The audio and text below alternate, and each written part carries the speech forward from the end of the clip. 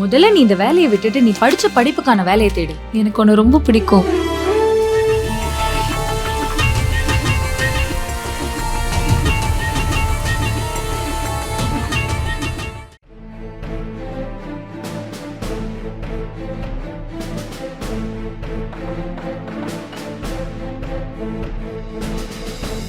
June மாதம் முதல் வாரத்தில் நிச்சயமாக தங்கலான் படத்தினுடைய ப்ரொமோஷன்லாம் ஆரம்பிச்சிடும். நீங்கள் ஏறக்குறைய 8-9 தேதி என்னாச்சு? என்ன ஆச்சு இந்த பீரியட் வந்து பார்த்தீங்கன்னா, இந்த ஹோல் ஜூன் ஜூலையே எங்களுக்கு பெரிய சங்கடமே என்ன ஆயிடுச்சுன்னா, நம்ம 13th வரணும்னு பிளான் பண்ணும்போது அவங்க ராயன் வரும்னு சொன்னாங்க. நான் கால் பண்ணி கேட்கும்போது ரெட் ஜெயின்ட்ல கிளியராக சொன்னாங்க ராயன் படம் நாங்கள் வருது, அதனால் எங்களால் வந்து போஸ்ட்போன் பண்ண முடியாது சொன்னாங்க. நாங்கள் 13th அனௌன்ஸ் பண்ணோம்னு நினச்சதை ஹோல்ட் பண்ணுங்க அப்படின்ட்டு. ஆக்சுவலி நாங்கள் ஜூன் 13th அனௌன்ஸ் பண்ணி போஸ்டர்லாம் ரெடி பண்ணிட்டோம். தீபாவளி அன்னைக்கு கங்குவா திரைப்படம் வந்துருமா? பிளான் ஃபுல்லாகவே தீபாவளிக்கு கங்குவா கொண்டு வரணும் தான் பிளான். அதில் எந்த டவுட்டுமே இல்லை. இப்போ ஊடகங்கள் நிறைய வந்துட்டே இருக்கு. விடாமுயற்சியும் வரும், இதுவும் வரும், அப்புறம் வந்து என்ன சொல்றது, விடுதலை 2 வரும், அப்படியே 3 படம். சார் அதெல்லாம் வாய்ப்பே கிடையாது. தீபாவளிக்கு ஒரு படம் தான் சார் வரும், ஒரு பெரிய படம் ஒன்று தான் வரும். அது வந்து கண்டிப்பாக விஜய் படத்தினுடைய இயக்குனரை பொறுத்த வரைக்கும் வினோத் தான் டைரக்ட் பண்ண போகிறார் அப்படின்னு உறுதியாக இருந்தால் கூட இன்னி வரைக்கும் அதனுடைய ப்ரொடியூசர் யார் அப்படின்றது வெளியில் தெரியாது இருக்குது. இதனுடைய வெளியில் எப்படிப்பட்ட செய்திகள்லாம் வந்துகிட்டு இருக்குன்னா, விஜயனுடைய நிர்வாகியாகவும் அவருடைய காட்சியெல்லாம் பார்த்துக்கிட்டு இருக்க ஜெகதீஷே அந்த படத்தை தயாரிக்கிறதுக்கு வாய்ப்பு இருக்குது அப்படின்ற மாதிரி செய்திகள் இருக்குது. விஜய் சாருக்கு என்னன்னா, இப்போ அடுத்த கட்டமாக தான் பண்ணுற படம் வந்து எந்த ஒரு குழப்பம் இல்லாமல் ஒரு பெரிய படமாக வரணும். அவருடைய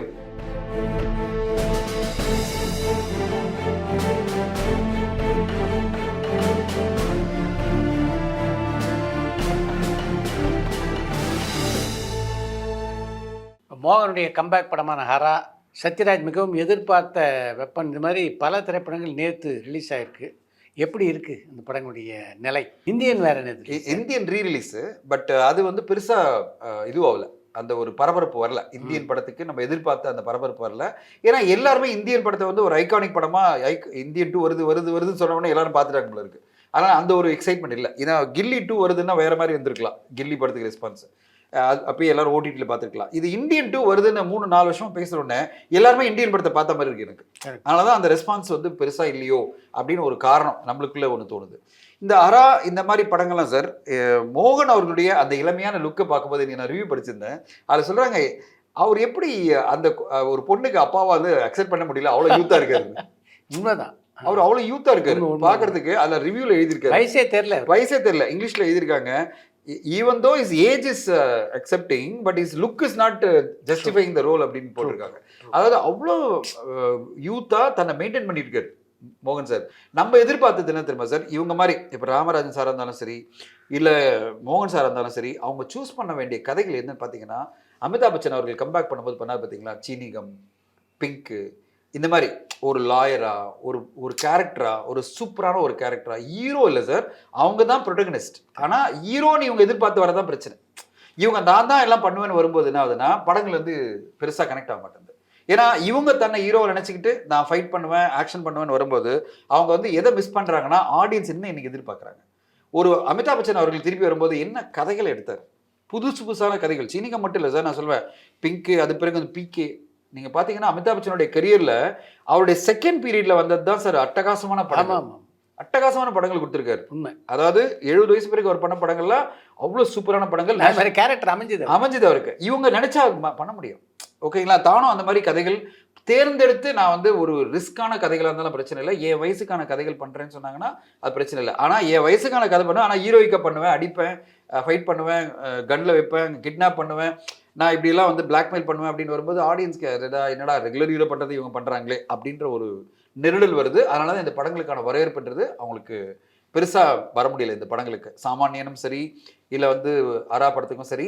சாமானியன் ஸ்டாண்டர்ட் தியேட்டர்ஸில் நல்லா போச்சுன்னு சொன்னாங்க, தெரியல. மல்டிப்ளெக்ஸில் அவ்வளோ இல்லை, மல்டிப்ளெக்ஸில் இல்லை, பட் ஸ்டாண்டர்ட்ல நல்லா ஓரளவு ஏதோ இதுவாக இருக்கலாம். பட் ஆனால் இன்னும் பெருசாக போகிறதுக்கு என்ன சார், அவருக்கான ஒரு எதிர்பார்ப்பு இருக்குது. ஆமாம் சார், அது மட்டும் நம்ம நல்ல ஃபேன் பேஸ் இருக்கு. நீங்க பாத்தீங்கன்னா ராமராஜன் சார் மேல ஒரு ஃபேன் பேஸ் இருக்கு, மோகன் சார் மேலயும் ஒரு எதிர்பார்ப்பு, நல்ல ஃபேன் பேஸ். நான் என்ன எதிர்பார்த்தேன்னா, அவங்க சூஸ் பண்ற ஒரு கதை வந்து இந்த கால ஆடியன்ஸும் ஈஸியா கனெக்ட் பண்ண மாதிரி ஒரு கதைன்னு வச்சுங்களேன். டக்குனு மோகன் சார் இப்படி எல்லாம் பண்ணுவாரா அப்படின்ற ஒரு இது வந்திருக்கும். அப்போ அவருக்கு அவ்வளவு விஷயம் இருக்கு அப்படின்னு சொல்லிட்டு அதுக்கான கதைகளா வந்தா இன்னும் சூப்பரா இருந்திருக்கும்னு நினைச்சேன்.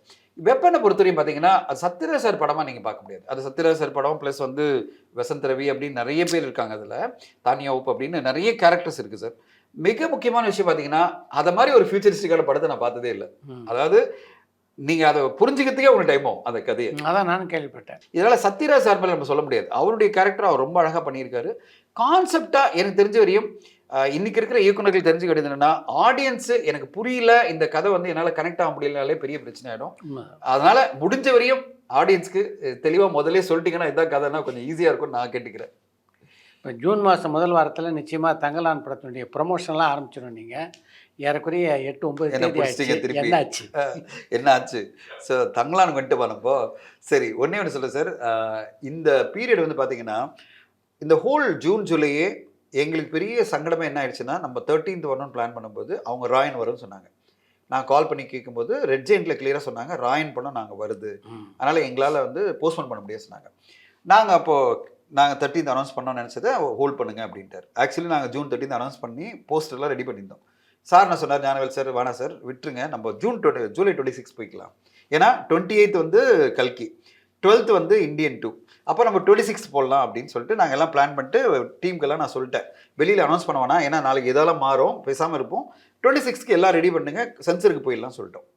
சென்சருக்கு போகலான்னு போயிட்டே இருக்கும்போது கரெக்டாக 7ஆம் தேதி அவங்க சொல்கிறாங்க, இல்லைங்க 13 வரலைங்க எங்கள் படம் அப்படின்றாங்க, ராயன் படத்தை. ஆமாம், எங்களுக்கு ஒரே ஷாக்கு, ஏன்னா இது இப்படி சொல்கிறாங்களே அப்படின்னு சொல்லிட்டு நம்ம எல்லாரும் டிலே பண்ணியாச்சு, எல்லாரும் ஸ்லோ டவுன் பண்ணிட்டோம். இப்போ திடீர்னு வந்து உட்காந்துட்டு இப்படி சொல்கிறாங்களேன்னு ஆயிடுச்சு. இப்போ நான் ரெட் ஜெயின் கால் பண்ணி என்ன சொன்னாங்க, நான் 26 வரேன் சார்ன்றாங்க. ஞானவேல் சார் சொல்லுவார், ஏங்க நம்ம டேட் 26 நம்ம போட்டோம், இப்போ நாங்கள் இப்படி அனௌன்ஸ் பண்ணுறதுக்குள்ளே இப்படி பண்ணிட்டாங்களேன்னா, நான் சொன்னேன் சார் டெஃபினட்டாக நம்ம வந்து போட்டி போட முடியாது. ஏன்னா இப்போ இருக்கிற காலகட்டத்தில் 100 கோடி ரூபாயில் எடுத்துக்கப்பட்ட ஒரு படம் வச்சுங்களேன், 100-120 கோடினா சோலோ வந்தாவணும். நீங்கள் ஒரு வாரம் 2 வாரம் உங்களுக்கான ஒரு சோலோ டைம், அவங்களுக்கு நல்லது உங்களுக்கு நல்லது. இல்லைன்னா காம்படிஷனில் வந்தவங்கன்னா நம்ம கண்டிப்பாக வந்து அந்த கலெக்ஷன் எடுக்கவே முடியாது. இப்போ சார் என்ன சொன்னார், சார் 26 அவுட்டு, 26 பிறகு 15 வந்து புஷ்பா 2 வருது ஆகஸ்ட்டில், அப்போ எப்போ நம்ம ரிலீஸ் பண்ண போகிறோன்றதை யோசிப்போம். ஏன்னா எல்லா டிஸ்ட்ரிபியூட்டர் என்ன சொல்கிறாங்க, இப்போ பண்ணாதீங்க, ஏன்னா இந்த காம்படிஷன் நடுவில் வந்தீங்கன்னா நடுவில் ஒரு வாரத்தில் திரிச்சிங்கன்னா அந்த வாரத்தோடு உங்கள் படம் முடிஞ்சிடும், ஏன்னா அடுத்த வாரத்தில் எல்லாரோட அட்டென்ஷன் அடுத்த படத்தில் போயிடும், அதனால் நீங்கள் பண்ணாதீங்க அப்படின்னு சொன்ன உடனே இப்போ சார் என்ன சொன்னார், வெயிட் பண்ணுவோம் சார், நம்ம யோசிச்சு டிசைட் பண்ணி சொல்லுவோம், ஏன்னா இப்போ எனிவே டைம் இருக்குல்ல, ஏன்னா நம்ம ஜூலை வர முடியாது ஆயிடுச்சு, அப்போ என்ன பண்ணுறது யோசிச்சு தான் பண்ணணும். எல்லா டிஸ்ட்ரிபியூட்டரும் பேசுவோம், அது பிறகு எல்லாரும் என்ன கரெக்டான டேட் சொல்லணும் அந்த டேட் வரலாம் அப்படின்னு தான். ஸோ இதுதான் சார் இந்த ரிலீஸ் டேட்டை வந்து தமிழ் சினிமாவில் மட்டும் இல்லை பழைய சினிமாக்கள் இருக்கிற குழப்பம் இதுதான். ஒரு டேட் சொல்லி அந்த டேட்டை அவங்க ஆனர் பண்ணிட்டாங்கன்னா இண்டஸ்ட்ரி நல்லாயிருக்கும். நான் எப்போ அவங்க மாற்றுறாங்களோ எல்லாருமே மாறிட்டே இருக்கும் சார், போஸ்ட்போன் ஆகிட்டே இருக்கும். அதுதான் இந்த படத்தை நடந்திருக்கு. தீபாவளி அன்னைக்கு கங்குவா திரைப்படம் வந்துருமாண்ணா? இப்போதைக்கு சார் பிளான் ஃபுல்லாகவே தீபாவளிக்கு கங்குவா கொண்டு வரணும் தான் பிளான், அதில் எந்த டவுட்டுமே இல்லை. ஆனால் இப்போ ஊடகங்களில் நிறைய வந்துட்டே இருக்குது, விடாமுயற்சியும் வரும், இதுவும் வரும், அப்புறம் வந்து என்ன சொல்கிறது விடுதலை 2 வரும், அப்படியே 3 படம் சார், அதெல்லாம் வாய்ப்பே கிடையாது. தீபாவளிக்கு ஒரு படம் தான் சார் வரும், ஒரு பெரிய படம் ஒன்று தான் வரும், ஒரு சிறிய படம் ஒன்று வரலாம், சிறிய படமோ இல்லை மீடியம் படம் வரலாமே தவிர 2 பெரிய படங்கள் தீபாவளிக்கு வரவே வராது. ஏன்னா 2 படத்தையும் அது பாதிக்கும். ரெண்டாவது சார் தீபாவளி என்பது பார்த்தீங்கன்னா நம்ம ஊர் பொறுத்தவரைக்கும் ஒரு 10 நாள் ஃபெஸ்டிவல் கிடையாது, பொங்கல் மட்டும்தான் அந்த 10 நாள் ஃபெஸ்டிவல். தீபாவளி வந்து மேக்ஸிமம் போனால் ஒரு 3 நாள் நம்மளுக்கு கிடைக்கிறது. அந்த 3 நாளுக்காக 2 பெரிய படங்கள் மோதவே முடியாது. அதனால் எனக்கு தெரிஞ்ச வரையும் இந்த தீபாவளிக்கு ஒரு பெரிய படம் வரும், அது வந்து கண்டிப்பாக கங்குவா தான் வந்து இருக்கிறதுக்கான வாய்ப்பு இருக்குது. கங்குவா வந்து அந்தளவு ரெடி பண்ணிட்டு இருக்கோம். ஸோ தீபாவளி கொண்டு வரணும் தான், ஆனால் அதுக்கு முன்னாடி தங்கலான கொண்டு வரணும். ஸோ இப்போ ஹோல் ஃபோக்கஸ் என்னென்னா ஃபஸ்ட்டு நம்ம வந்து இதில் ஃபோக்கஸ் பண்ணிவிடுவோம், உடனே அதுக்கு பிறகு நம்ம வந்து கங்குவானுடைய ப்ரொமோஷனில் கான்சன்ட்ரேட் பண்ணலாம் சார் சொல்லியிருக்காரு. ஸோ வெயிட் பண்ணுறோம். இப்போ விஜய் படத்தினுடைய இயக்குனரை பொறுத்த வரைக்கும் வினோத் தான் டைரக்ட் பண்ண போகிறார் அப்படின்னு உறுதியாக இருந்தால் கூட இன்னி வரைக்கும் அதனுடைய ப்ரொடியூசர் யார் அப்படின்றது வெளியில் தெரியாது இருக்குது. இதனுடைய வெளியில் எப்படிப்பட்ட செய்திகள்லாம் வந்துகிட்டு இருக்குன்னா, விஜயனுடைய நிர்வாகியாகவும் அவருடைய காட்சியெல்லாம் பார்த்துக்கிட்டு இருக்க ஜெகதீஷே அந்த படத்தை தயாரிக்கிறதுக்கு வாய்ப்பு இருக்குது அப்படின்ற மாதிரி செய்திகள் இருக்குது. நீங்கள் அதை நான் நிறைய வந்துட்டே இருக்குது சார். அதாவது லலித் பேர் கூட வந்தது, லலித் பேர் வந்தது, ப்ளஸ் வந்து கேவிஎன் வந்தது, கர்நாடகாவில் வந்து கேவிஎன் பெரிய பேனர். கேவிஎன் வந்து அவங்க ஒரு ஃபைனான்சியர்ஸு, அதோட முக்கியமாக அவங்க வந்து பெரிய ப்ரொடக்ஷன் ஹவுஸ், அவங்க ஒரு பேசிகிட்டு இருக்காங்க சொன்னாங்க. அப்புறம் வந்து இதில் வந்து டிவி தானியா தெலுங்கில் பேசி அது போயிடுச்சு. இப்போது விஜய் சாருக்கு என்னென்னா, இப்போ அடுத்த கட்டமாக தான் பண்ணுற படம் வந்து எந்த ஒரு குழப்பம் இல்லாமல் ஒரு பெரிய படமாக வரணும், அவருடைய என்ன சொல்கிறது ஃபிலாசபியை கம்யூனிகேட் பண்ணுற படமாக இருக்கணும், அதில் ப்ரொடியூசருடைய டிஸ்டர்பன்ஸ் இருக்கக்கூடாது. ஃபிலாசபின்னா நான் அரசியலில் வரப்போகிறேன், அந்த அரசியல் வரும்போது இந்த படம் அவருக்கு ஹெல்ப்ஃபுல்லாக இருக்கணும். ஒரு ப்ரொடியூசர் இறங்கிட்டு அதில் கமர்ஷியலாக சில விஷயங்களை இன்க்ளூட் பண்ணி அதாவது கொஞ்சம் மெஸ்அப் பண்ணாலும் அவருக்கு பாதிக்கும். நீங்கள் அப்படி பாருங்களேன், ஏன்னா ரிலீஸ் எந்த வரும்னா almost close to the election, 6 மாதம் முன்னாடி வந்துடும் இந்த படம். இப்போ 6 மாதம் முன்னாடி வரப்போகிற படம் தான் சார் அவருக்கு வந்து ஒரு பெரிய சப்போர்ட்டாக மாறணும். இப்போ பார்த்தீங்கன்னா ஒரு ரமணா படம் வந்து விஜயகாந்துக்கு ஒரு பெரிய ஒரு சப்போர்ட்டாக மாறுது அவர் அரசியலில் வரும்போது.